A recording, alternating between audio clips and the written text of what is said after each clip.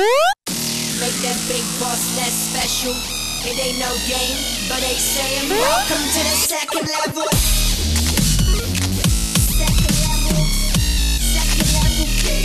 Second level. Hello, Internet, and welcome back, or welcome to episode 37 of the official Level 2 podcast. My name's Keegan. I'm one half of Level 2 Gamers, hanging out with Tom, the other half of Level 2 Gamers. How you doing today? I'm good, man. It's I love that you asked me that question at the beginning of every podcast, and it makes me feel special, but at the same time, we record 3 podcasts in a day, so I'm usually feeling the exact same. What's real funny is at that point, I'm sure if I just took that out, I wouldn't know it. I did it on the live stream the other day. Did you notice that? When you asked me how I was doing? Yeah, I normally don't do that. It's out of habit. I like it. It's just habit. You care about my well-being. It's nice for you to say. But I'm the same. I'm a little bit more tired than I was 2 podcasts ago. I got a whole nother can of Red Bull, so I'm good. I'm on. I got 8.4 ounce. I'm probably shaking, honestly. You can I'm on see the Mia juice right now. I ran out of my so I'm just running on vapors right now. Those of you who have not ever joined us for an official Level 2 podcast, this is where we go behind the scenes of us. This is where we talk about ourselves and things that don't necessarily may or may not be gaming. It's not so much about the, we don't have we do have topics, but really we can go off the rails as much as possible. Yeah, and not just feel a bad chat about show. it. And then in the middle we play a little game or have some sort of segment that we do. Today we're playing a Guess That Game or Name That Game. I can never fucking remember. Yeah. But let's start off with Keegan's Corner. What's in your corner? And my Keegan's Corner is what drives me. Okay. Which you know me a lot more than most people do. You have seen me in various different states of mind. You've seen me in different scenarios when I'm like, let's get this shit done. Let's go pedal to the metal, gun it. The many faces of and a lot of people out there, especially with hitting 1,000, I feel like I've had more and more people approach me or contact me and be like other YouTubers say, what have you done? What makes it where you guys have kept going? Because when people ask advice, they're like, what's number one advice? I go, number one advice is don't stop, because it's so hard. I mean, we have never stopped, but we've had moments like when my grandma passed away where we were gone for 2 weeks, but we always we're getting back into it, because I think it's way harder to restart than it is to push through and keep going. Yeah, I think we've always managed to, obviously life gets in the way occasionally, and when it does, we always have a backup plan of some description. Or we look like we do. We just apologize and say, sorry, no videos this week. There's not a lot more you can do at our level. So, if this was our full-time job, then obviously, we'd have to come up with, we'd have to have a backlog of a lot of things. And to an extent, we're being able to build that backlog better now with all the time that we're getting. But at the same time, it's still, sometimes we're by the skin of our teeth. Yeah. Amen there. So, what drives me? I get the question a lot, like I said, of how do you keep going, especially when shit gets hard, both online and personal life. I'm not going to say what I've gone through, but the last few months have been rough on me, to say the least. It's been an adventure, and I hope for the most part I know for a fact the episode after Chester committed suicide, I know I was off in that episode. I felt it. I've not watched it again, but I can almost guarantee if I watched it, I would know that I was not there. And then we took the 2 weeks off because of my grandma, and that was probably the better decision. You've been in a weird place for a long time, yes. And that's okay, because you had a lot of things to deal with. I think you're in a better place now.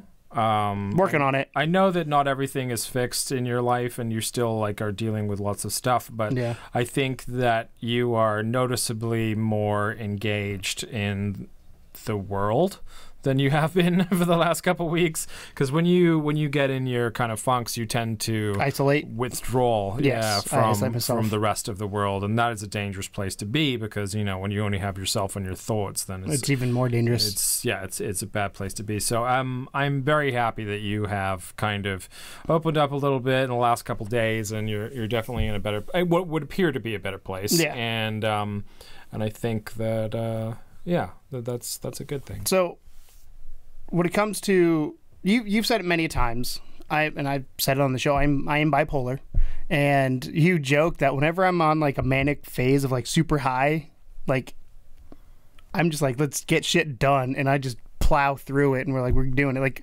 Leading up to Eddie PopCon was a prime example of let's get this done, go. I think honestly, whenever we lead up to convention, I get in that mode a lot of times, and I don't know if it's my brain clicks in. It's okay, let's do this, and then when we're done, it's not as much fun. But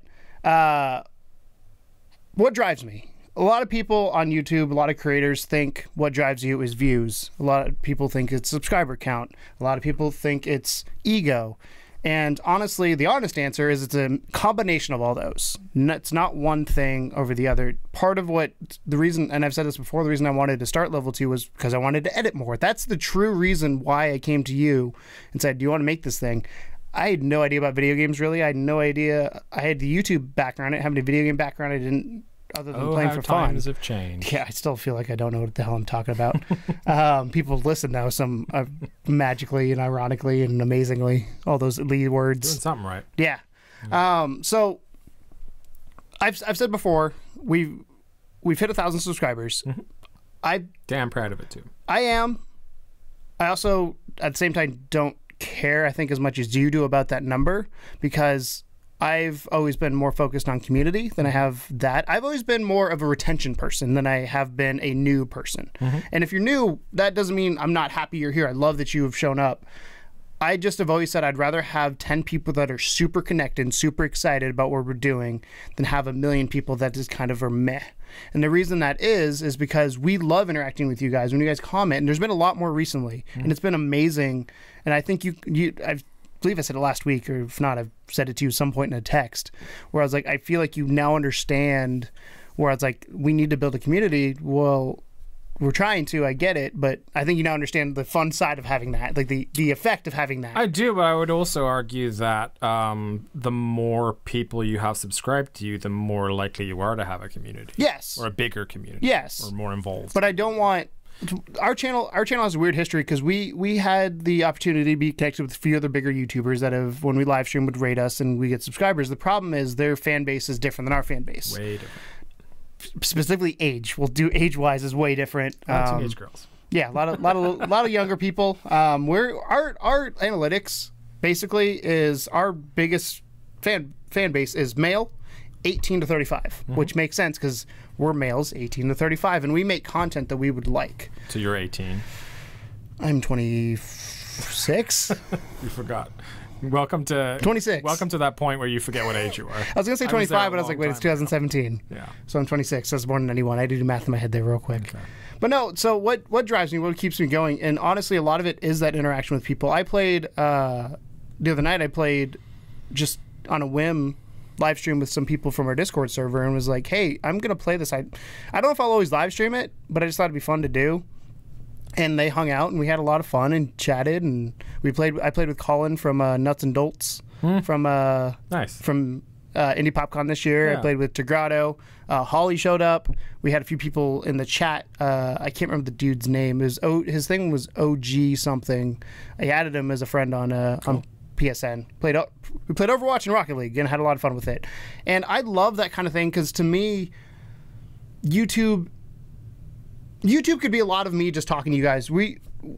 There's a I don't know if you've seen it yet, the Jack Films video of we're just a bunch of assholes talking to a camera. That makes sense. That's what we are.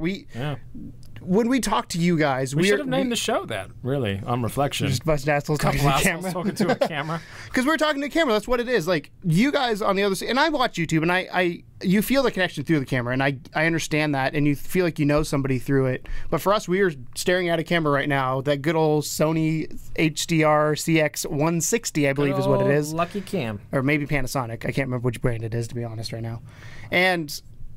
loyal, it's all that matters. Yes. It loves us. It stays alive. It's had some hissy fits in the past, but it's okay now. Yeah, I don't know what happened there for a little while. Just like, nope. Just turn off for now. And it's just like, I feel like a lot of times we could do the presentation, like, here's information, go, go, go, especially with what we do with the new style podcasty type stuff. It's a lot of us presenting information, but I feel like now we're getting stuff reciprocated back, and it just makes it that much more enjoyable when you're like, hey, here's a question. What do you guys think? Come back. And you guys help shape the content. We've said it many times before, and we firmly believe in it. A lot of YouTubers say, but we do it because of you guys.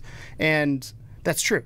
I think we would still play games. Well, I think we do it a little bit because of us, because otherwise we wouldn't have started. Let's be honest. I mean, well, yeah. Like, there's a part of us that just likes video games or editing. But I think at some point, it takes over. My feeling, I'm not going to speak for you, but my feeling is at some point that you would stop making videos if it became a hassle and nobody cared because you'd just be shouting to a void.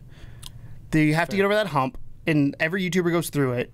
And the question is, how do you know when to make that decision? We've never made that. We're fucking stubborn and hard-headed. Like, let's just keep going.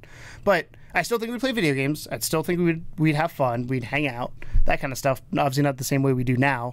But the YouTube aspect of things, the fact that you guys are there and support us through everything. Again, we'll bring up the PSVR. We'll bring up the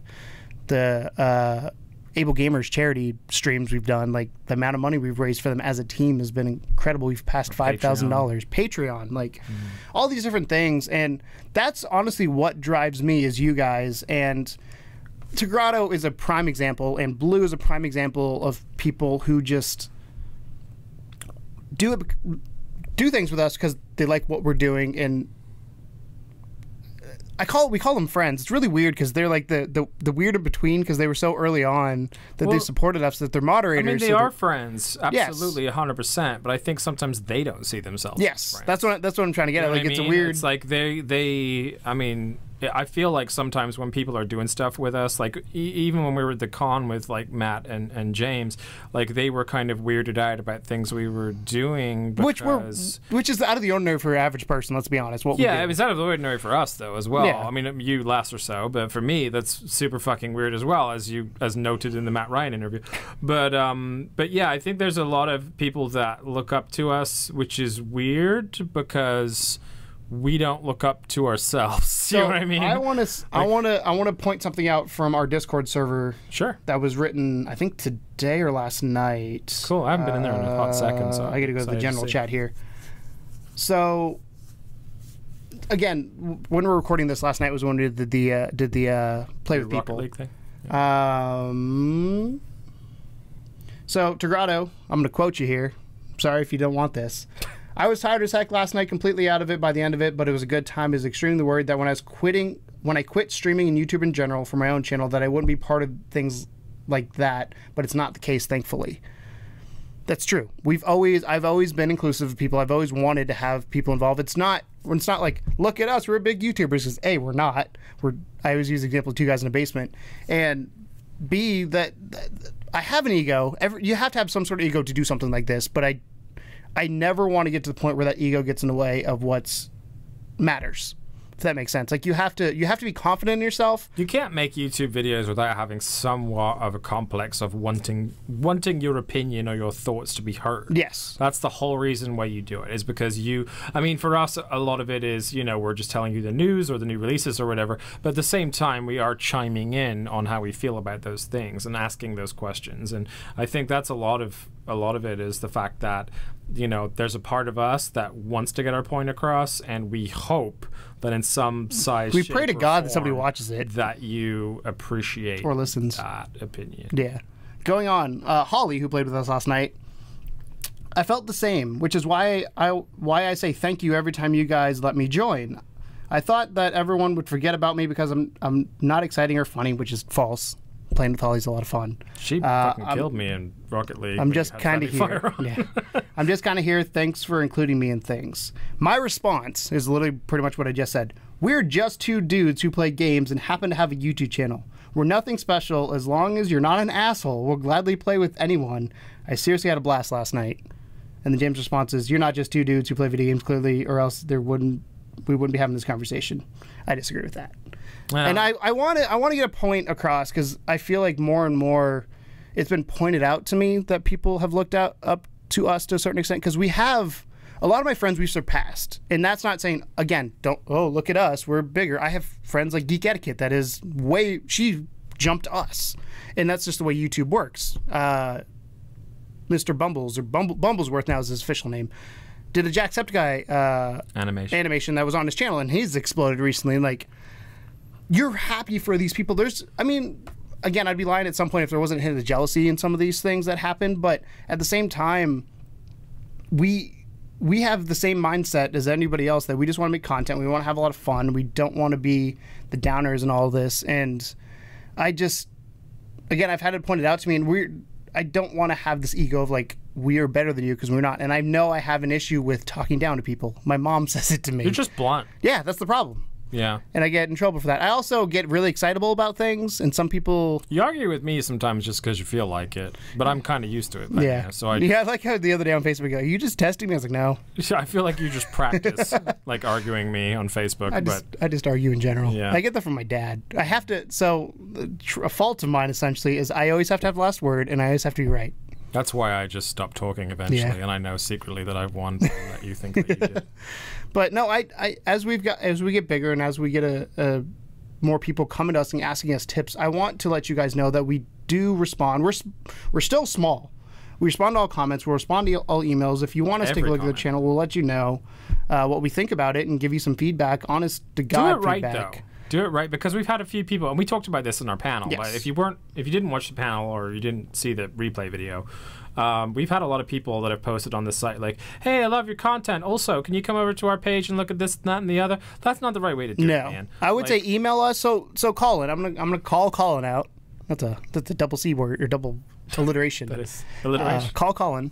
And we told him after the panel, he hung out and chatted with us. We're like, hey, if you send us an email with your link and kind of explain who you are, we'll gladly take a look at it. What you're looking for in terms of feedback and stuff. And I also, again, like you mentioned in the panel, I said in the panel, if you put a comment on our video, like you just said, I will ignore it. And I've told you at this point, I've just started deleting them because I'm like, I'm not going to do that. Yeah. There is a certain way to have the tact to go about it and have people look at your stuff. If you're just posting on someone else's thing like, hey, check out my stuff, that's kind of rude to the people that you're posting on their page for. Now, if you genuinely do like their content, that's one thing, but still there are ways and means of asking somebody for criticism, for constructive criticism. And we're happy to do it. Like, I would love to have more engagement as far as like how to better your YouTube channel. We already I've been telling people about TubeBuddy and things like that. We luckily got an affiliation with them recently as well, so that's really cool that we can actually say that we support TubeBuddy as well as use and it. they support us. They support us, but TubeBuddy has been massive for us in terms of improving our SEO. That's how you learn how to keyword. Yeah, and that's literally how you learn how to keyword. And it's crazy, and it's one of those things. It's like a small thing, but there's no one really knows about it. So we thought we would share it out at our panel, and we will continue to share it out as a useful tool for you to use if you are a YouTuber. But one of the things I've always said, because I'm part of a lot of communities where it's just link drop, and nobody's going to care about that. You have to be part of the community before anybody will give a shit about your stuff. 9 times out of 10, if I'm part of any community, whether it's Game Reviews YouTube, whether it's r/PSVR, whether it's Kind of Funny, whether it's any other group that I'm a part of, people want to get to know me. They don't want to get to know my content. And if people come intrigued by you, or like I had a conversation with somebody the other day where it's actually some dude we met where we worked. And Kind of Funny, was not promoting anything. Oh, that guy. Yeah. We were talking about. He was cool. We were talking about something, and I said, "Yeah, we run a YouTube channel." And he's like, "Oh, yeah, I think I ran into you." And I was like, "Oh," and I found out he ran a channel. And I was like, "Oh, let me check your stuff out." Like that's the proper way, in my opinion, to do it. He wasn't like, "Hey, check out my shit," and I was like, "Hey, check out our shit." Cool. Yeah. Do you do stuff? Yes, I do. Yeah. Cool. That kind of thing, and have that, but. There's also that connection of like, oh, we've talked before, and that's true. And that's the same thing when we go to game developers. We have that same, because we have no connections to gaming at all outside of what we've created to this point. So when we go to ask for a key, we don't know anybody at Square Enix. We don't know anybody at Happy Badger until we got to meet them in person. And like those connections become major, and it's weird. That panel that Azealie did about making not a one-way street is true on both sides. We don't want to go to developers and say, hey, give us 10 keys because we're YouTubers, because that's not right. Give us 10 keys, or not give us, but we'll ask for 10 keys because we're going to do this and help promote your product if you're cool with that type thing, versus, hey, I'm a YouTuber, so you should give me a key to your game. It's how you approach it. Yes. I think is a big And it's being respectful and understanding that those developers have put time in, and very rarely, like when we go to ask for keys, there's 2 of us. There's been times we've asked for 2 keys. There's a lot of times we only were like, hey, can we get a key for one of us to cover it, because we understand that they've got to get it to other people. And the people are like, oh, there's an infinite number of keys. There's just digital code. That is not true. That is far from the truth. There is a finite number of reviews codes they can give out. Usually the publisher determines that, and obviously the IGNs of the world and the bigger ones get the bigger keys, and then it goes down from there.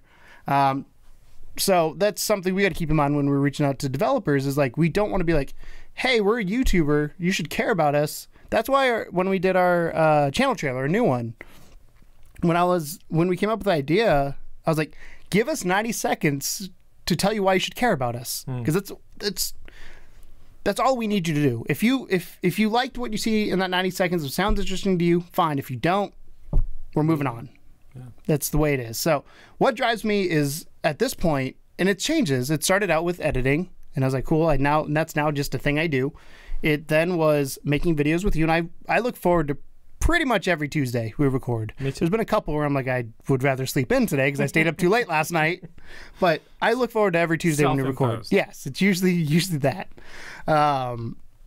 But it's now gotten to a point where I feel like we're hitting that tipping point of like, oh shit, this is really cool. We've always said we felt like we've had something chemistry-wise between us, and we've always been excited about Level 2 and what it can be, and we have big plans. I don't want to throw them out there of what Level 2 as a brand could be one day, and we hope to hit those. We're not going to be like we expect to hit those because we don't know what's going to happen. It's a slow roll. I mean, the thing is, like, reaching 1,000 was really nice, and then to, like, within that week to get to like 1,030 over a week's period of time was like crazy to go like just 30 extra people off the back of that. I told you when we hit it, I was like, I don't want to record a special because if we drop down below, it's going to suck. But you're like, yeah, we hit it already once, and I was like, we're pretty fine stuck now. right now. I think we're okay unless there's a giant. These are the things you think about as a YouTuber. It's like, what if YouTube just wipes everybody? Yeah. Oh, fuck. But you know, it was hard to get to that place, and it's nowhere near where we want to be. Obviously, we want to be like, you know, hundreds of millions. And we're happy to be there. We're great and happy to be here, and we're only going to keep moving forward, and we're always going to analyze our content, and we're always going to change it based upon how we're feeling and what we think is doing well. And that's why that's why Indie Please Add Details came about. Like, We've done a history of our channel before, but we started out as Let's Plays. We then did the longer form with the Bites when Jordan came on. We then kind of kept that formula to a certain extent, and then we became podcasts. We're like, we suck at video games. We're way better as podcasters. We're really bad at playing video games. We are like mediocre at best, but we can talk about them. We're really bad talking and playing video games too. Like keeping conversations going is really hard in that aspect, but we can talk about them. And I think we finally gotten to the format that we want, and then it's just a matter of, okay, what content are we going to do within that format? The supplemental stuff is our focus right now because we've got the podcast thing down pat, I think, at this point. It's 3 podcasts. You get 3 a week, and they're all on a different subject. We're hoping to have somebody with us next week. He was supposed to be on it this Wheezy is supposed to be on it this week. Hopefully our animator will be on it next week. So it'll be fun to have a third person and kind of just have their I think his wife's coming over and gonna like sit in the corner, probably in that chair right over there, and watch us. Chime in, it'll be fine. I think it'd be funny though to see like an outside perspective of how because this is just what we do. Yeah. And to other people, like we were saying with Indie Popcorn with James and Matthew, like I'm sure that's really weird to them because they don't see us in our element. They see the final product, but they very rarely see us behind the scenes. And I think they also laugh at us when we go back and forth. Like we were before we streamed, was it 2 weeks ago or whatever, where we were yelling at each other before about Xbox? Yeah. And James was just like laughing the whole time. And I was like, welcome to us. Like we respect each other, we love each other, and it's you gotta have a little bit of back and forth, otherwise it's just not interesting. I joke sometimes I feel like I'm married to you. There's times where I'm just like, this feels like a marriage. Yeah. Work-life balance. But I just wanted to, I feel like this was just a tangent / rant, but I wanted to let you guys know because, as Tom said, I'm getting into a better mindset. I'm doing some things in my life that hopefully keep me there. I've had, as if you followed us for any stretch of the imagination, last month has been hard between Jester committing suicide. I don't think I mentioned this on the podcast. My dad officially has lost his job. He's no longer employed. Don't feel sad about that. He's actually kind of happy. He's pumped. We'll see if he's got an offer, so he'll be fine. But that's obviously just something that we've got to take into account. And then grandma situation was probably the hardest thing for me. And this has all just been bam, bam, bam, bam, bam. So life has kicked you in the balls repeatedly for a little while now. What was it, tub thumping? I get knocked down, but I get up again. Never going to keep me down. Yeah. But except I get knocked down. I get up again. You fucking kicked me back down. But I'm getting back up. We're getting through it. We're fighting through it. And honestly, some of the things that have kept me going, like I keep saying, is you guys, is when the situation with my grandma happened and we were like, hey, we're taking 2 weeks off. My concern, obviously, I'm concerned about my grandma, and that is forefront because it's personal. But my next concern after all that had gone on is like, are people going to show back up after 2 weeks? Because that is a serious concern we have if you're not consistent. When we got right after a big roll as well, we got on a really big roll, and we were nervous that if we took 2 weeks off, that there would be no one to come back to. But I feel like it's the right choice. You guys, hindsight. Yeah, I mean, there's no wrong choice there. No other choice. Like we had to do that, but we're grateful that everyone did. And these are the things we worry about as creators. And I feel like, YouTube like I said, you pull the curtains back and like we upload a video, we have no idea if 2 people are going to watch it or 1,200 people are going to watch it. So again, thank you guys for anybody who supports us, anybody who has reached out to us. We really do appreciate it. That is, I feel like, a long-winded rant, but I wanted to get that off my chest. That like that's good. I'm happy with the channel. I think of all the things that have happened in my life, this is the one thing that's probably been the most positive recently. Consistent. It's been doing really well. And again, I just want to thank you guys for all of that. So that being said, I echo those sentiments. Let's hop into Name That Game. My turn. We're gonna see if I can get it right.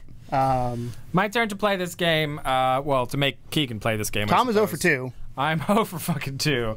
I told him not to put in his notes because I can see his notes on his computer, so he didn't do that. It's not in my notes, but I feel like that'd be cheating. I have lost every game that you've made me play. And they were games you knew too. So that's the part that I think it's the most frustrating part. And is the like, fact that you got the other one, the sound game, so quickly. Oh, I got that. Yeah, that was like. It took me a while to think of this one. Fucking Donkey Kong, Tom. It took me a while to think of this. Say that 10 times fast, Donkey Kong, Tom. Donkey Kong. Can't even do it once. Can't even do it once. So the way this works, for those of you who are new, if this is your first time listening to us, I can ask 20. You want me to keep track? You keep track. Okay. I'll ask 20 closed questions, which a closed question is basically either a one-word answer, essentially. It's something that has something that doesn't go any further than it doesn't need explanation. A couple words or yes or no. Yeah, it doesn't need explanation. Yeah. It is one solid answer that it possibly can be. And by the end of it, or before it, if I want to, I have to guess what the game is, and if I get it right, I don't know what happens. I get it right, I guess. At some point, I feel like we should keep like an actual score tab, and there'll be something for the loser. We'll have like we should start like a season. This is how we come up with ideas: is live on podcasts. We still are planning on eating a lot of hot sauce. So yes, maybe that can come into. I don't think we've made that public yet. You want to tell them what we're gonna do for 1K before we do this? You guys have seen Hot Ones, the other YouTube channel with the guys that. The guy is Sean Murphy, I think his name is. I watched the one with Rhett and Link. That's the only one I watched. Not Sean Murray. Sean Murray is the guy from No Man's Sky. Sean Murphy, then I think. Sean somebody. Short, bald guy. And he has 10 different levels of hot wings that he makes a celebrity eat, and after each level, the Scoville scale raises quite considerably. And then he asks them a question after each bite, and they are getting progressively more and more flustered during that time period for obvious reasons. To the point where they're basically fucking high as balls by the time they get to the end. And they're just, when you ask a celebrity that's high as balls questions, you get great answers. So we were going to do that with you. We were going to have you ask us 20 questions or 10 questions. And we're going to have hot sauce that gets higher and higher on the Scoville scale. That's going to be your 1,000 subscriber special. We're working on it. We don't know when it's going to be at this point. We were going to do it on Saturday, but we both got sick, so it just wasn't a good time to do a hot sauce competition. Yeah, but it is on the cards. Don't worry. You can look forward to that in a future episode. Watch it be like, we'll hit like, what was was it the 100 subscriber one that we did where we're actually like 150? Sorry about that. Yeah, it's whatever. I mean, it happens. It'll be funny either way. Yes. So name that game. Basically, I have a game in mind. And a Wikipedia article loaded up. Loaded and ready to go. If I wanted to cheat right now, what I'd do is I'd knee the table and knock your phone down. Yeah, well, don't do that. And you have to ask me 20 questions to try and guess it, or if you think you can get it earlier than that, then you go ahead. Yeah. So do we get bonus if I get it earlier? No. Okay, cool. You just get your ego filled better. Yeah. That little bit of ego I need filled. That little bit of ego. So go ahead. Question number 1. Is this a 2D or a 3D game? I'm going to say 2.5D. It's technically 2D, but the elements are like made in 3D, if that makes sense. So I call that 2.5D. I don't know if that makes sense to you, but... So the game itself is flat. But the character models and things like that are in kind of 3D. But 2.5D. Is this known for being on a specific platform? So, like, is it known for being on Sony? Is it known for being on Nintendo? Just just one platform?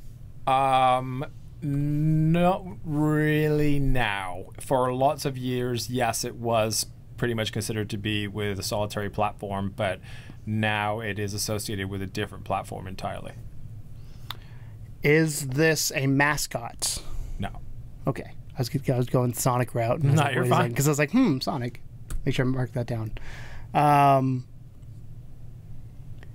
Was this game made post Xbox 360, PS3, and Wii console generation? No. Okay. Was this game on a Nintendo platform? Yes. I'm just doing yes or no because it makes it way easier. No, you're good. I like the way you're asking the questions. I'm more direct with my answer. Yeah.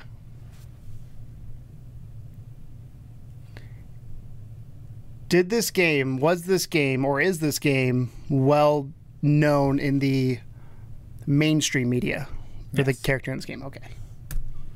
It's a popular series. So, like, not necessarily my mom, but if I went to somebody who may not be a hardcore gamer, they would know. Maybe. It's kind of one of those things like you had to be there, but it's definitely popular, but almost like cult classic popular rather than like Mario popular. Okay. You know So it's not a phenomenon. No. But it is what somebody else potentially would know. A lot of gamers would know it. Well, my question was mainstream, not gamers. I think it's like in the middle.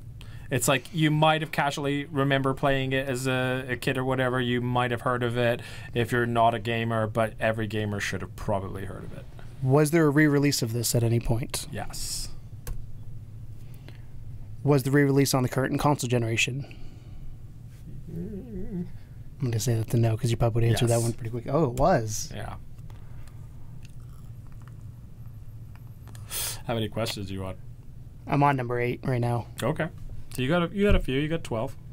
What do you think, viewers? So you figured it out yet? So you said this wasn't known for being on one platform, correct? Mm-hmm. Or was it known for being? The one that I'm referring to, because I have a specific one. Because this is like, there's been a few iterations of it, like I said. Mm-hmm. But the original, the one that I'm thinking of was kind of... Because I immediately went to Last of Us there, and it's like, that's known for being on Sony. No, it was, at the time, it was an exclusive to the console that it was on when it was released. Which console was it exclusive to? SNES. Oh, fuck. Oh! No, because you would have known that right away when I asked that question. Is this an RPG? No. Okay. So it's not that. I was thinking Secret of Mana because they just announced that. That was my gut. Right up. Is the main protagonist? Yeah, protagonist human? There is no main protagonist. Oh, well. It is a cast of characters. Two and a half D with a cast of characters. It's multi-platform. That came out originally on the SNES, was remade later on. Mm-hmm. To the current generation. To the current generation. Although there has been iterations of it on multiple consoles. I'm happy to list them off for you if you want to use a question. Well, does this game have online? Now? Well, the one that I am talking about, no, because it was on the SNES. Mm-hmm. But the now one, I think, does.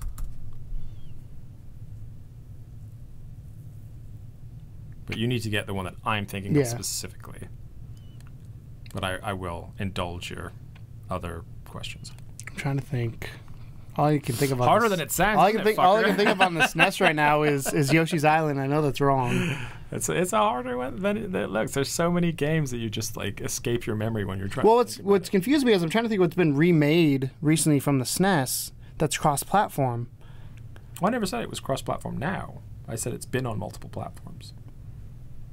Well, I asked, is it known for being on a platform? Yeah, that was my question. Originally, the original one was known for being on the SNES. It was exclusive to the SNES. The new one is also exclusive to a different console.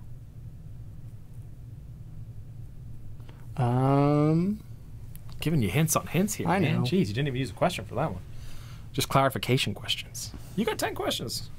Go nuts. Yeah. I'm trying to think, though. Make sure I gotta make them good questions. Use each question. Current console generation. Is it... So this isn't a question. I just want to clarify that it's an exclusive on the console now, too, right? Yes. Okay. Which console is that? That's a question? Is it PS4? Yeah, PS4. Xbox One. Xbox One.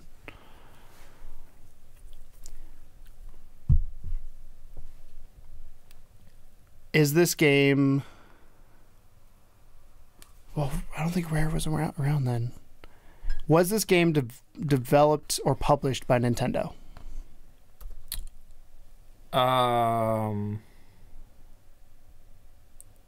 At some point it was published when it was on the SNES. By Nintendo, though. Was Nintendo the publisher? Nintendo, and I can even give you because it was two publishers that published it. So Nintendo and... Do you want the other one? I mean... Midway Games. Fuck. That doesn't help me because Midway had a bunch of games.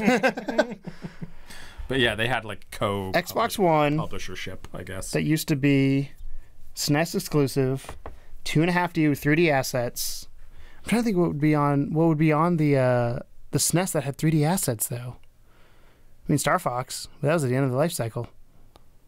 Donkey Kong, that was. I mean, that was Nintendo. That was not on. It was not an Xbox. I don't think. I don't think. I mean, it's rare because it's on the newer Nintendo. Well, that's consoles, a Nintendo IP. It never made its way to Xbox that I know of. Did this game have a physical release? Yes. Yeah, both of them did. Okay. Oh, sorry. It was more about the newer one because the older one I assumed was physical because it was only cartridge you couldn't download. Yeah, so no downloads for sales. Yeah, I'm pretty sure it had physical. I'd have to maybe double check. You want to because that'll determine my questioning. I'm like really confident. I'm like 90% on it. Let me do a quick Amazon search, and if I find it on Amazon, we'll go ahead and say it did. Okay. So it's a cast of characters, two and a half, well, 2D with 3D assets that was on SNES, now on Xbox One exclusive. It did have a physical release. Okay. What year was it launched on the Xbox One? That's not the game we're talking about, but I know. But if I get the game, then I can narrow it down. I believe. Let me look it up real quick. I want to say 2013. So it's launch title, or around launch window. Right about that time period. Yeah. How many questions do you deep? I'm 15. This will be 16. I have because there wasn't that much at launch. Rise. I'm trying to think what Xbox launched with. That was just like, ooh, that would have been a SNES exclusive.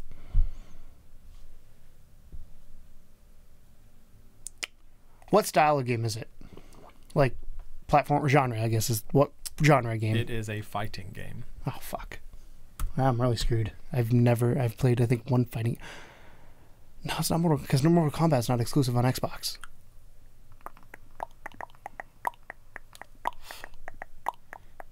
I miss when we used to call fighting games beat 'em up games. That was always a fun beat 'em up genre. Yeah. Well, beat 'em ups and fighting games are different. Yeah, beat 'em ups are more like Streets of Rage. Yeah, stuff. fighting games. I think of Mortal Kombat. I think of Virtual Fighter and all that kind of stuff like that. Back and forth. I just like beat 'em up. I think of Ninja Turtles is what I think of when I hear beat 'em up. It's just such a weird genre title. Hence the cast of characters, by the way, as opposed to a protagonist. So if it's online, it's multiplayer. Mm-hmm. So it means it had local Nowadays. multiplayer. Yeah. I'm guessing you probably had local multiplayer back in the day. That's not a question. Yeah. You don't have to answer that, but that's my assumption. If it's multiplayer now, it's going to be multiplayer back then. Most fighting games are. Yes.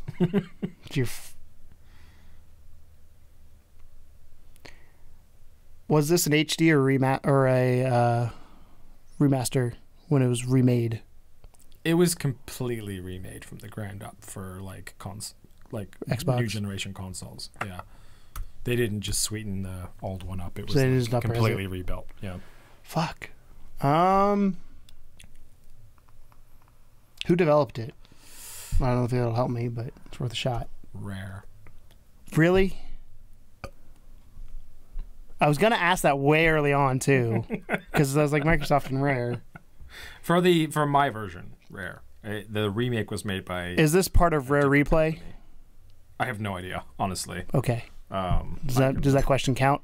Since you, I can look it up and give you an answer. I'd have to take a second to do that. But the original was made by. What the fuck did Rare make a fighting game? Because this is pre. Because when I think of Rare, I think of Donkey Kong. I think of Conkers. I think of Banjo. I think of GoldenEye. I think of Perfect Dark. It's like I think of N64. I don't know what they made on the SNES. I had a feeling you were going to pick a Rare game, but did you pick the one game I don't know? I have to try make it a little hard for you. Yeah. Let's see. Here's a list on here of the Rare Replay games. It is on Rare Replay. It is on Rare Replay. Which you have at home because I lent it to you. Yeah, I've not played it yet, though. Oh! Fuck. I know what game it is. I don't know what the name of it is. Well, that's not going to help. No.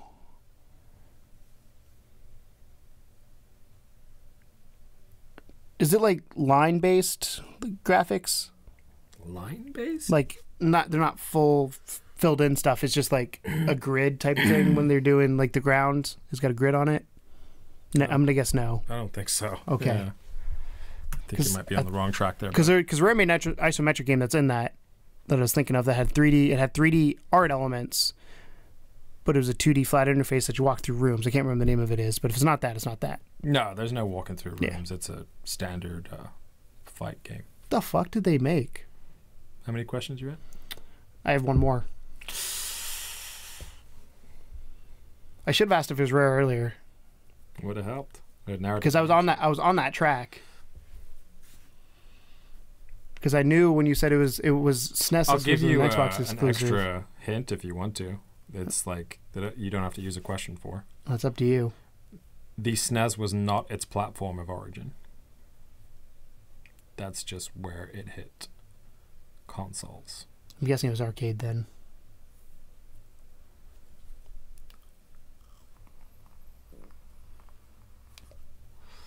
Is this a game you think I've played? I don't know. I think you know what it is, and when I say it, you're going to be like, oh, I know that fucking game. I can't believe I didn't get it. I don't know if you would have ever actually played it or not. Because I never owned a SNES. That's the problem. Grandma had a SNES. I don't know if she had this game or not. She had, so. You know what game she had? She had Lion King and Donkey Kong Country. So no. And Yoshi's Story, or Yoshi's Island. Since there's no fighting games in that list. Yeah, that's what I'm saying. I never played a fighting game on the SNES, and I never... Do you want to use another question? Since that was a weird question. I mean, I can. You get one more. Yeah. I just don't know what... Like, I'm going through the Rare catalog in my head, and I can't think of the fighting game Rare made. Because they can't have made that many. There can't be that many of them.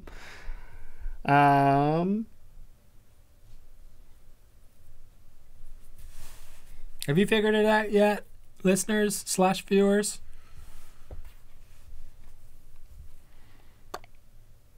Did you ask me when it came out? Actually, when it came out on Xbox, not when it came out on... None of them would help you, actually. Probably. No. Again, my SNES catalog is like this long. So that's the problem I'm running into is I don't know... The fact that it's on Rare Replay kind of bugs me, though.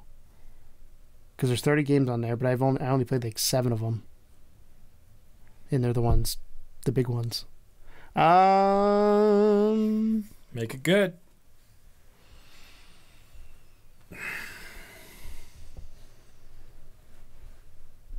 It's 2D, 3D assets. That's what's throwing me off right now. Is I'm trying to think what games this would be. Is the face of a happy person that thinks he's managed to stop. Yeah, I don't think I'm gonna get this. I'm pretty sure I'm not gonna get this. I was at like question 11. I was like, I was gonna do Rare, and I was like, We'll do.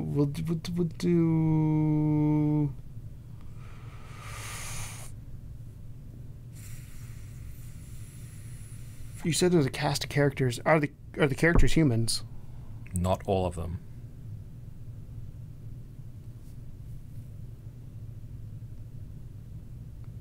I have no idea. I'm gonna say it's Clay Fighter That's not a bad guess, actually. That's not a bad that's guess. all I got. Clay Fighter is what you're going with? Yeah, it's not that, though, because Rare didn't make that. It is incorrect. The game that is the lead game in Name That Game this week is actually Killer Instinct.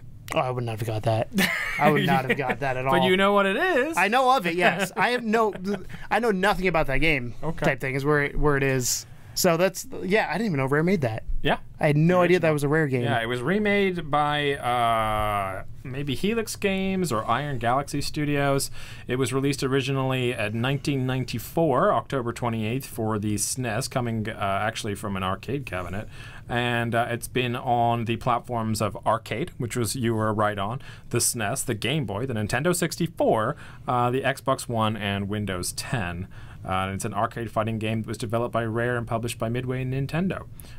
Really, really popular game, and it's had Killer Instinct 2, Killer Instinct Gold, Killer Instinct. I think 2013 was the Xbox One exclusive. Yeah, I think the thing for me there is the fact, like I said, my SNES catalog is like this big because I never owned one. I got in on N64. I know Killer Instinct. I'm not going to say you did have the benefit of knowing that there was a remake recently in the Xbox. Yes, that's what I was that's what I was trying to go off of, because like I don't know SNES. That's why you're like, I'm not talking about that one. I was like, I'm trying to figure it out. Well, if you would have got it up for the Xbox, you would have got it for the SNES as well. Same name for both games. Yeah. But yeah, Killer Instinct was your game for SNES. I tried to think of something that was big enough that you would know what it was, kind of like Earthworm Jim you did for me, like big enough that you would know what it was potentially, but not easy to get. So yeah, I had no idea that was Rare at all. It's on the Rare Replay. Like I said, like I said, the ones I knew. So in my head, what I go through for Rare, like I said, is GoldenEye, Perfect Dark, the platformers and stuff. What is the Rare isometric? I'm gonna find the name of this game. I don't know what that game is that you're talking about. Because that's what I thought it was at first. Isometric. Yeah, but there are like dinosaur characters, and I'm pretty sure there's like a monkey in there somewhere, and some non-human characters in there in general. But yeah, this game. Is it just called isometric? No. That's the game right there. I don't know what it's called. It's on Rare Replay as well. Let's look at fucking Rare Replay. Is it Night Lore? Is that what it's called? Maybe? Yeah, that one. So that's why I guess it is filled in. I thought it had a grid on the floor. Oh, there you go. But that's what that's why I'm saying it's 2D, but it's 3D elements. Do you know what I mean now by being like 2D with 3D elements? Have you actually seen the original? No, I've never seen Killer Instinct. Cool. You should look at it, because then you'll get kind of what I'm talking about. It's basically like it has that kind of 3D modeling, almost like Mortal Kombat, but that's what I kept going. Like 3D. Mortal Kombat and Virtual Fighter are the only two. Mortal Kombat's still pretty flat, but it has full 3D modeling, but with 2D background. That's the Xbox. I think I didn't play this one. I played some sort of fighting game on the N64 that my friend had, but again, I'm not a big. It ain't bad, man. Not a big fighter fan. I never got into it hugely. I remember playing it a couple times and thinking it was, interesting back in the SNES days, but it never really grabbed me like a game like Street Fighter 2. And it was fun, but it wasn't really that level. Is that the Battletoad? It was like a Battletoad. Yeah, I think it is actually. They put it in as a special character. Yeah. But yeah, it's pretty popular title. So there you go. Killer Instinct is the name of that game for this week. Did you get it at home? If you did, let us know. At some point, we'll get one of these. In the comments below, and let us know what question you got it on. What was the deciding factor for you? I think my questions were good. I got it. Not bad. I almost got it down to Rare within the first 10 questions, but then I was like... You started with really out there questions. You should have started with what genre is it? Yeah. You would have knocked, instead of saying is it an RPG, you wasted a question instead of saying which genre is it. Well, my thought there was if I nailed that, I was going to be easy to run with it, because then I was going to filter it down. Because knowing you, I thought it was going to be an RPG because it was SNES. Because SNES is, my thought was if it's on SNES, it's known for RPGs. That was where my thought came from. It's not known for fighting games. It's not known really. When I think of the SNES, I think of RPGs. That's kind of where my brain went. Versus there are other games on it, but yeah, cool. There you go. So moving on to my tales, or Tom's tales, as they are more colloquially known. So this week I went weird with it. I was trying to think of what to do last night, and I don't know if you're going to enjoy this one, but hopefully the people at home do.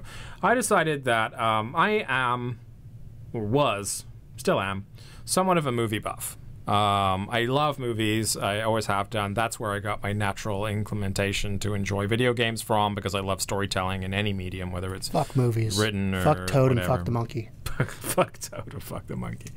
There's at least 2 people out there that'll appreciate that. Yeah. So I used to work at a Blockbuster.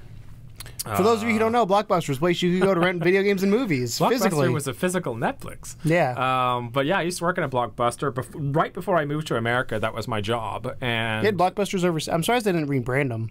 No, because I know like GameStop overseas is Game. Yeah, no, it was like just same parent Blockbuster. I company. guess it wasn't taken by any other company, but Yeah. they look the same, feel the same. When I went to Blockbusters over here, I was like, it's identical. Back when there was a Blockbusters over here, Yeah. I actually tried to get a job at a Blockbuster, so they were like, but they were closing all the stores at that time. So I was like, man, maybe I got out in time. I think they lasted a little longer in England than they did in America, but neither here nor there. Well, it's because Netflix started in America.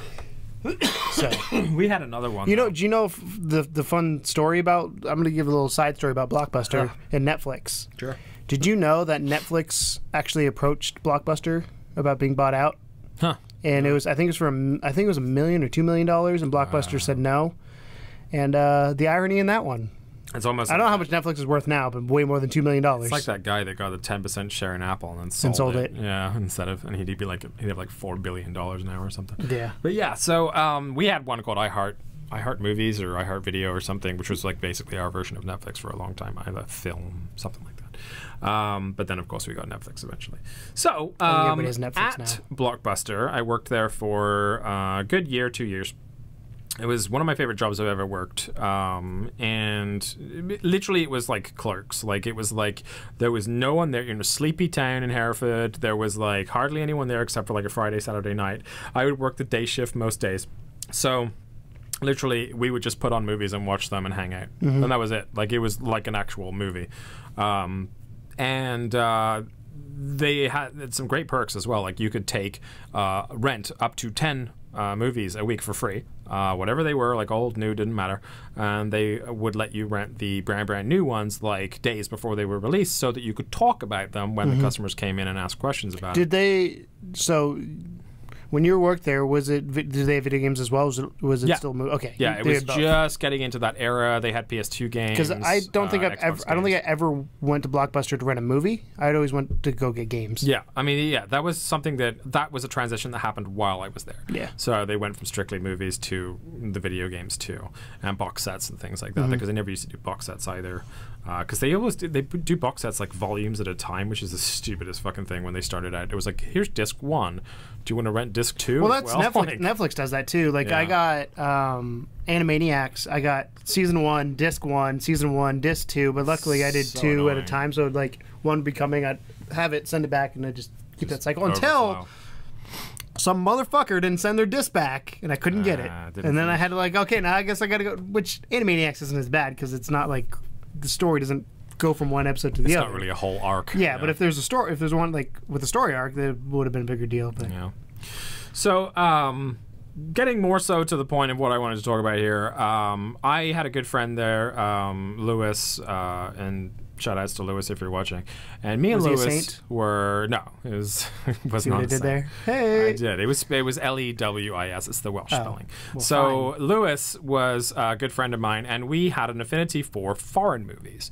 And surprise! Yeah, doesn't surprise me at all. I'm a nerd. So we used to love foreign movies, and we were like really, we were the two like nut jobs for foreign movies there. There was a lot of people that watched foreign movies and enjoyed them, but we would get into like the finer details of things like Dogma 95 and Lars von Trier and like just all this kind of like really minutia involving this stuff. You don't know what any of those words mean, do you? Nope. That's okay. All right, so what I decided to do was I'm going to bring some culture into your life, sir, and I'm going to tell you and everyone else 10 foreign movies that I think you should watch because I said so. I want to give them, before you do this, go ahead, my background in movies, because it's ironic because I'm a big video editor. The only true like series of movies I've ever watched, like start to finish, Harry Potter's by far my favorite, and the Fantastic Beasts will probably be it. Star Wars, like everybody else, I've done that. And those are probably the only true like series of movies I've watched. There's nothing else. Okay. Like I watched like Space Jam and stuff like that, but like I mean, you've watched movies before, though, right? You know what they are? Yeah, I mean, like Despicable Me. The film that goes on, and you watch it for 2 hours. Wait. Are we talking cartoons? Or are we talking... No, cartoons. Because I could have put cartoons. I joke when people are like, "What movies do you watch?" I'm like, animation and Harry Potter. If you want a good foreign cartoon, Persepolis is a really good one. Death Note. It is also that's an anime. I know it's a cartoon. Persepolis is a movie. Anime and cartoon are interchangeable in my vocabulary. They're very similar. It's a little too. I know they're slightly different, but Persepolis is a little too. I know people might get pissed at that. Paprika is good too. Did you say paprika? Like this? Paprika. Like, yeah, it's like the spice. Yeah. From Blue's Clues. Great movie. Baby Paprika. Great music in that movie. Mr. Salt and Mr. Pepper's kid. All right. So so this is 10 foreign movies that I think you should watch. And I'm going to explain a little bit about the plot to each movie to try and sort of help Are any of these porn? None of them are porn. Okay. To try and help you better understand where I'm coming from as far as like why I think you should watch it and stuff like that. So I may have to borrow my phone a little bit for the IMDb entry stuff here. I had everything listed in here, but apparently it doesn't want to show up anymore. So the first one, and these are, by the way, in no order as far as like best to worst. Yeah, there's no best to worst or whatever. It's just the way just fucking watch them. The first one is a movie that you may have heard of. It recently got a stage. You're struggling over there with your phone. I know, right? It recently got do you even technology, man? Made out of it. I can talk and do things. And that is the 2001 movie Amelie. Space Odyssey. Oh. And see, you do know movies. Look at you. So I'm gonna move my drink here. Sorry if it's like all invisible and weird, but then I have something to put it on here. So the original title for this is Le Fabuleux Destin d'Amélie Poulain. You nailed it in French. The Fabulous Destiny of Amelie Poulain, but she's otherwise known as Amelie. For that title. So anyway, let's go through the synopsis here a little bit. Amelie is a story about a girl named Amelie, whose childhood was suppressed by her father's mistaken concerns of a heart defect. With these concerns, Amelie gets hardly any real-life contact with other people. This leads Amelie to resort to her own fantastical world of dreams, of love, of beauty. She later on becomes a young woman and moves to the central part of Paris as a waitress. After finding a lost treasure belonging to the former occupant of her apartment, she decides to return it to him. After seeing his reaction and his newfound perspective, she decides to devote her life to the people around her, such as her father, who is obsessed with his garden gnome, a failed writer, a hypochondriac, a man who stalks his ex-girlfriends, the ghost, a suppressed young soul, the love of her life, and a man whose bones are as brittle as glass. But after consuming herself with these escapades, she finds out that she is disregarding her own life and damaging her quest for love. Amelie then discovers she must become more aggressive and take hold of her life to capture the beauty of love she has always dreamed of. Now, I know what you're thinking. What you're thinking is, that sounds fucking terrible, right? So, hear me out. Amelie is a French movie, in case you didn't figure that out by the original name. It is basically, at its core, a romantic comedy. It is just, it's a quirky little romantic movie about this girl discovering the world around her. But it is so well done. And this coming from a guy that thought he would fucking Stupid hate. Question. Yeah. Before we get into all these, Sure. I know we already are. Yeah. Do they dub them? Some of them are dubbed. Okay, that's if they're dubbed. There's a chance I could watch it. I would encourage you to watch the subtitled ones. Yeah, but I mean, I don't watch a movie to read. If I wanted to read, I'd read a book. Gosh, fuck off. So Amelie, basically beautifully shot, beautifully directed. The director is a guy called Jean-Pierre Junot, who has also done movies like Delicatessen, The City of Lost Children, and Aliens 4, if you're interested. But yeah, so it's just this beautiful story. Audrey Tautou is the star of the movie. She's wonderful in everything that she ever does.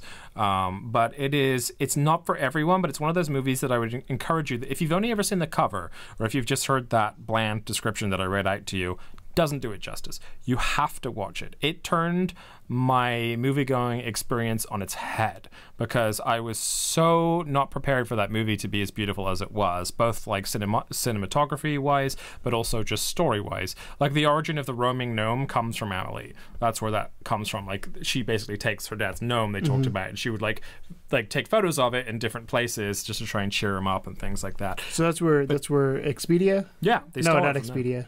Whatever, yeah, company. Travelocity. But they jacked it from that, which I thought was cute. But yeah, I mean, it's just so beautiful. The way the art style is throughout the movie, just everything about it is worth watching. So I would highly recommend it to anyone that's just a little bit interested in either trying something new or just wants a nice romantic thing.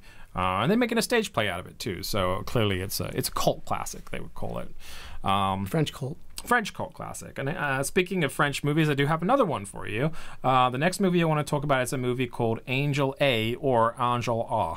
I don't know the proper way to pronounce it because the girl's name, I believe, is Angela, but she's an angel, so it works both ways, right? It's Angela. So Andre, a small-time name ex-convict, seems to owe money to everyone in Paris, including a crime boss who promises to kill him if he doesn't repay him by midnight. After failing to find protection from the American embassy and the French police, a despairing Andre scrambles onto the bridge over the Seine, intending to leap to his death. He's surprised to see a tall, beautiful girl clinging to the rail on the same bridge, apparently preparing to end her life as well. She jumps, and he jumps too. Suddenly, resolving to save her life after scrambling ashore, she tells him her name is Angel A or Angel A. Together, they take a cruise on the Seine, repay Andre's creditors, visit a Parisian night spot, and more. As Angel A helps Andre, he learns that his purpose she has fallen out of the sky and into his life. Andre finds himself falling in love with his mysterious beauty. So Angela, or Angel A, is an angel that literally fell to save Andre from his creditors and stuff. She also happens to kick fucking ass. So, like, you know, getting him out of debt and stuff involves her literally kicking people's ass. And she's an angel, so it's kind of awesome. You can see here from the cinematography, and I'll flash some of this up, or you can flash it up. It's all black and white. So already, like, I'm thinking you're not necessarily going to be the most into it. But it is a beautiful story. So that helps. Well, you know, just... I guess. A lot of people turned off by black and white movies. I get it. But it's a new black and white movie. It's like Raging Bull. It's not like a old like 60s black and white movie. Really, again, beautifully shot, beautiful story. It's a bit soppy, but a lot of the foreign movies that I like are soppy. So that's that one. Next up is Run, Lola, Run. Have you heard of this one? No. You haven't even heard it like mentioned anywhere? No. My extent of... I feel like the way you're talking about this is the way I would talk about animation. Like, I could pull out animated videos that you'd have no idea, or movies that you had no idea existed. Okay. Same concept. Because, like, my animation, when it comes to movies, that is what I watch. Because I'm a giant child. You can and do I that love next it. week. So I'll give you 10 obscure Netflix animation movies. I mean, I love this stuff. I think it's like, I mean, I don't know how much you guys dig foreign movies or not, but these are just like things to look at on IMDb, see if you like the idea of it, and just trust me that a lot of these movies are good. If you're into movies in general, you'll enjoy them. So Run, Lola, Run, I believe, is a German movie, I want to say. I want to make sure. But if it's not German, it's like, yeah, it's German. So Run, Lola, Run, I'll give you the synopsis. Lola receives a phone call from her boyfriend Manny. He lost 100,000 Deutschmarks in a subway train that belongs to a very bad guy. Lola has 20 minutes to raise this amount and meet Manny. Otherwise, he will rob a store to get the money. 3 different alternatives may happen depending on some minor events along Lola's run. So what that means is this movie is actually a 20-minute movie told 3 times. Which I think is really kind of interesting. So what they do is they give you like one interpretation of the outcomes of what could happen and how that ends, and then they cycle all the way back to the start, and they do it again with some minor changes, and then they show you how that scenario would have ends, and all the way back. It's like the Harry Potter thing where they had to go back and figure out the time turner. Kind of, yeah. Like you're seeing the same thing, same scenes that you saw before, just different perspective of the same thing. Yeah, because of it's a really neat idea for a movie. It is essentially one short movie that's just played out 3 times until it gets to the best ending, I suppose. But the soundtrack is awesome. I mean, it's fucking German, so it's like it's techno throughout the whole thing, which is just ace. But yeah, this is a really, really recommended movie. German is not my favorite language by any means. It's very rough. It is rough. Sorry, Phil. So one guy that is German that I know. I mean, it's true though. But yeah, it's a rough language. But this is a great movie and definitely worth the watch. If you've never heard of it, or if you have kind of heard of it but don't know anything about it, I highly recommend Run, Lola, Run. Plus, she has red hair, which is always cool. So next up, we're back to France, and this one is called La Haine. Any guesses as to what that means in French? La means the. Mm-hmm. Haine means Haine. The Haine hand means hate. Oh. The Hate is the name of this movie. So the film follows 3 I did take French men. for 6 years. You did? Yeah, when I lived in New Brunswick, it's a bilingual province, so you it's kind of like how you take English class. You always had French class too. I took French. I got a grade C. I have no idea. I only know like 1 or 2 words in French. When I used to watch a lot of French movies, so I knew more. But poisson is my favorite, which is fish. Yeah, poisson. Poisson. Yeah. Or vache. Merde. Or Shat. Shat is always fun. Shit. The film follows 3 young men and their time spent in the French suburban ghetto over a span of 24 hours. Vince, a Jew, Saeed, an Arab, and Hubert, a black boxer. Sounds like a really bad setup to a joke. Have grown up in these French suburbs where high levels of diversity coupled with the racist and oppressive police force have raised tensions to a critical breaking point. During the riots that took place the night before, a police officer lost his handgun in the ensuing madness, only to leave it for Vince to find. Now, with a newfound means to gain respect he deserves, Vince vows to kill a cop if his friend Abdul dies in the hospital due to the beating he received while in police custody. Now, this one is, again, black and white, but this is highly poignant right now in this day and era. So the slums, or the ghettos of France, have a lot of the same problems that the slums and ghettos of America. They are a multicultural boiling pot that just is a hot fucking mess for the most part. They have a larger Muslim population than America does. There's a lot of Muslims in France, and they have a lot of clashing cultures between Jewish and Muslim and black and white, and the police are terrible in this area. So Haine is it's basically a political movie about that point in time, and it is highly worth watching. If nothing else, it gives you an insight as to what oppression can look like in a different country to the one that you're used to, being this one. But really beautifully shot film. Again, the music, it's French hip-hop. I mean, you can't go wrong with that.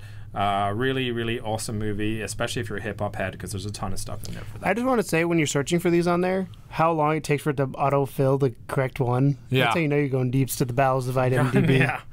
All right, so one of my favorite movies of all time coming next in 2000. The original title is, and I'm going to butcher the fuck out of this one, Baturu Royale, otherwise known as Battle Royale. Now, Battle Royale, you must have heard of this one. The only Battle Royale I know is when you play a video game and you have everybody fight. Like wrestling games? Yeah. Right. So not quite. So no. Although admittedly that is also a Battle Royale. So a Battle Royale, in this instance, it is a Japanese movie, old movie, not super old, but it came out, when did it come out? It came out in 2000, and I went to the cinema to see this, and people walked out of the cinema after the first 15 or so minutes when someone throws a knife in someone else's head and they die, because they thought it was going to be like this artsy Japanese movie, and they were super wrong, because Battle Royale, is about 42 students, 3 days, one deserted island. Welcome to Battle Royale. A group of 9th grade students from a Japanese high school have been forced by legislation to compete in a Battle Royale. The students are each given a bag with a randomly selected weapon and a few rations of food and water, and sent off to kill each other in a no-holds-barred, with a few minor rules, game to the death, which means that the students have 3 days to kill each other until one survives, or they all die. The movie focuses on a few of the students and how they cope. Some decide to play the game like a psychotic Kirayami or the sexual Mitsuku, while others, like the heroes of the movie Shuya, Noriko, and Kawada, are trying to find a way to get off the island without violence. However, as the numbers dwell down lower and lower on an hourly basis, is there any way for Shuya and his classmates to survive? So it's Hunger Games meets Lord of the Flies meets The Dangerous Game. This is absolutely where the Hunger Games got their fucking idea from. So a lot of people said that when it first came out, like, oh, this is just American Battle Royale. Yeah, basically, it is absolutely like the Hunger Games, but way more gory, because these are, high school students, and they're throwing knives at each other's heads, and they have other weapons too. I mean, it's Japanese, so there's a lot of like actual kung fu stuff going on there with like chains and things. I've never watched Hunger Games. So I have. I had no interest in it. It's not terrible. It's kind of like Twilight. I just never had any interest in it. Yeah, it's not terrible, but it was completely ripping off Battle Royale. But Battle Royale, amazing music again. It is color movie. It's not black and white, unlike a lot of the ones that I've chosen here. But it is a super gory, super interesting. If you like anime, you would like this movie, because it is that vibe. So you're saying I won't like it? I think you'd be all right with it, honestly.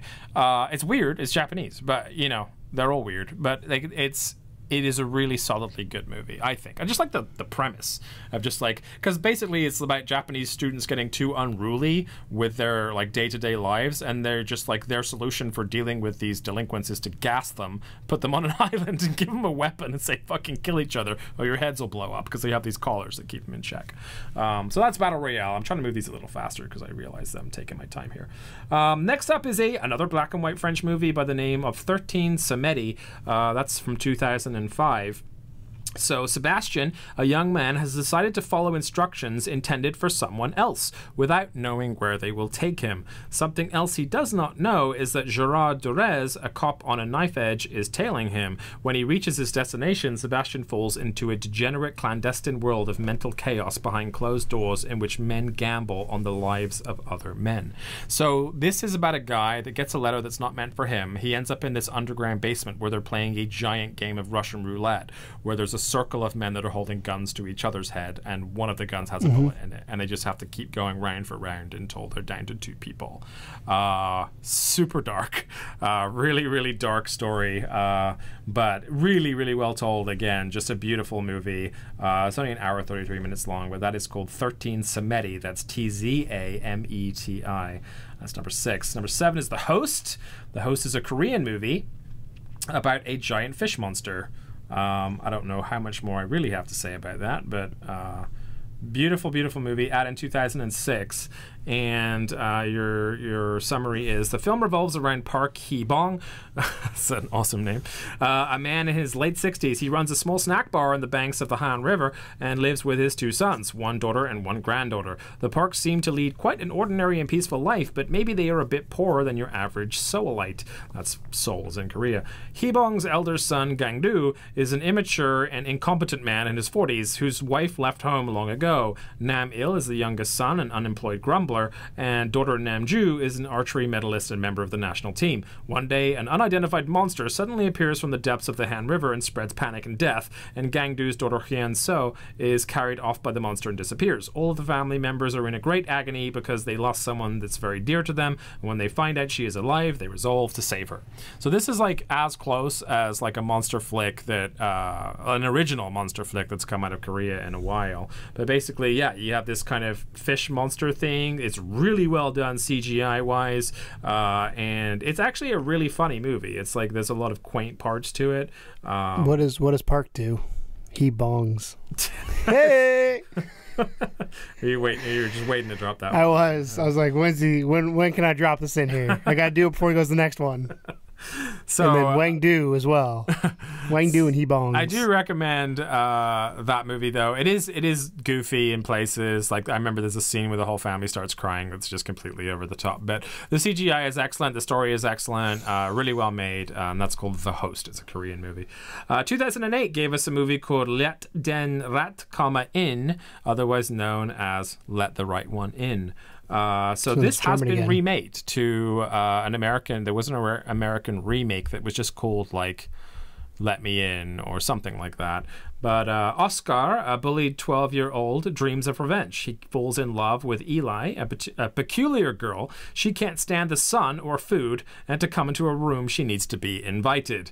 Eli gives Oscar the strength to hit back, but when he realizes that Eli needs to drink other people's blood to live, he's faced with a choice. How much can love forgive? Set in the Stockholm suburb in Blockbuster in 1982. It's a vampire movie, in case you didn't figure that out by the no sunlight and all that kind of stuff. But it's a vampire movie with teenagers in it. It's really kind of messed up in places, but really, really well done. Massive amounts of tension that are built up during this movie. I really, really enjoyed it, and obviously it did well enough that it warranted the typical Hollywood remake. And another movie that did well enough to warrant the typical Hollywood remake, but I would way prefer if you watch the original, is a movie called Old Boy. Ever heard of that one? Nope. You're the worst. All right, so or Older Boy, which is the Korean title for it. It's a Korean movie. This is actually in my top 5 movies ever made. So see what you think of this as far as a synopsis. An average man is kidnapped and imprisoned in a shabby cell for 15 years without explanation. He is then released, equipped with money, a cell phone, and expensive clothes. As he strives to explain his imprisonment and get his revenge, Oh Dai-soo soon finds out that his kidnapper has a greater plan for him and is set onto a path of pain and suffering in an attempt to uncover the motive of his mysterious tormentor. So they slam a guy in jail for 15 years, or a room. It's not really a jail, but it basically is a jail cell. For 15 years. They don't tell him why. He gets breaking out after 15 years, given a cell phone, a suit, and some money, and told to be on his way. I'd be confused of why they gave me that. Right. So eventually, obviously, he gets a phone call to that cell phone, and it's like, okay, the game is on. Here's what's happening. And they explain it. But this has the added honor of being one of the most fucked up endings of any movie in the history of the world.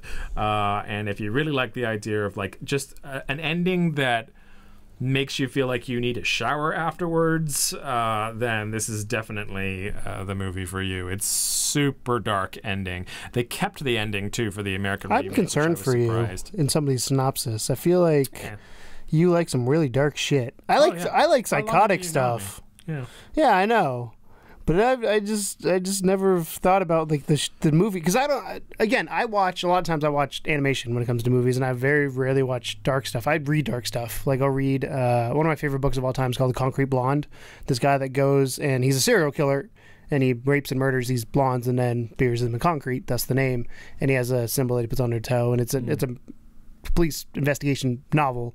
But that's one of my favorite things. Or there's I love crime stories too. I just really like when stuff gets a little bit sick. That's why I like. Well, I know that's weird to say, but I really like Death Note because it's the question of what do you do with that power, like that kind of thing. I love versus just like super sick and twisted. I don't know.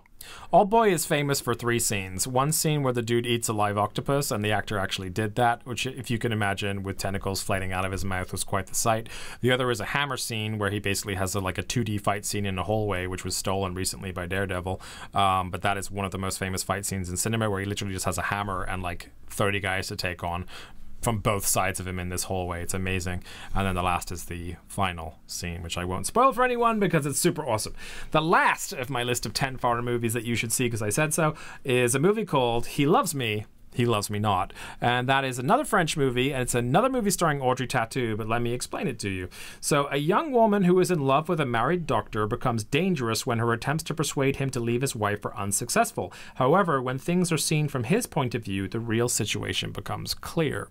So this is another one of those Run, Lola, Run situations. So this is a movie that's broken in half, hence the He Loves Me, He Loves Me Not. So the first half of the movie is showing this doctor, and basically it's from Audrey Tautou's side of things. So she's she meets this doctor, he's really nice, she wants to go out with him or whatever, and it's just the story of how she tries to be quirky comedy girl and get into his life somehow.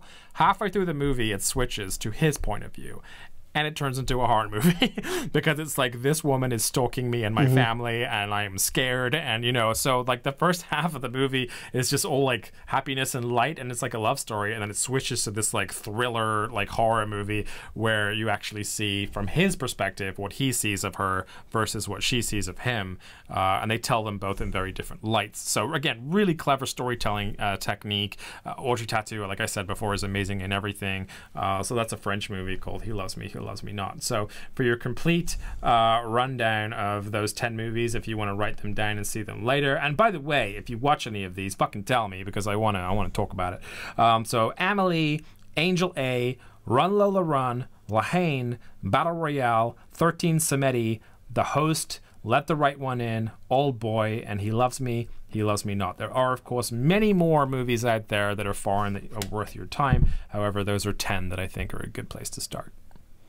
Cool. I'm probably not going to watch any of them. You're so bored right now. I'm I don't just it's my time to tell a story. That's the story I wanted to tell. So I'll do an animation one, and I guarantee that there's going to be a lot of things similar to that. You should do Old Boy. You would like Old Boy. Of all the things you said, that last one was probably the most intriguing, just because the dichotomy of the perception you have of somebody. It's really smart on the same thing. Because again, it was one of those ones. It was going back to Blockbuster. It was languishing on the shelf in Blockbuster. I saw I had already tattoo in it. I'd just seen Amelie. I was like, I like her. It might be good. I had no idea that it was that. I started out just thinking this is just a fucking French romantic comedy, and then when it switches halfway through, I was like, holy shit! This is actually amazing. So good.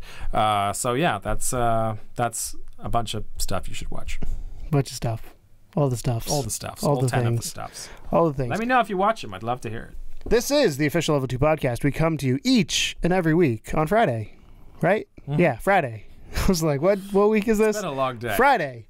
Thank you guys. Episode 37 in the books. You got anything to say here at the end, Tom? I feel like I'm eating my thing. I love you guys so much. Thank you for joining us all the time. It means the world. He loves you. He loves you not. Bringing it back. Did it? No, bringing it back like 2 minutes ago. Yes. Call back. Thanks so much for giving us all the attention that you do. We hope that you enjoy the output that we have. Stay tuned, because throughout the weekend we'll be posting various pieces of gameplay for things that we played this week. I just spat all over the camera. So we have my full playthrough of Apollo 11 VR experience. I will hopefully have last day of June. It unlocks in a couple days, so I'm hoping to get that recorded. Assuming nothing has an issue with it when it comes to recording. Yeah.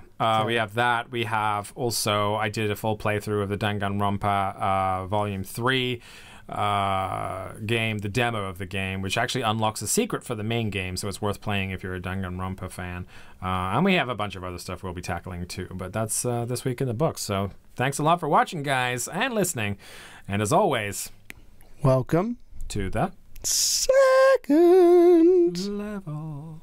Bye-bye. It ain't no game, but they saying welcome to the second level.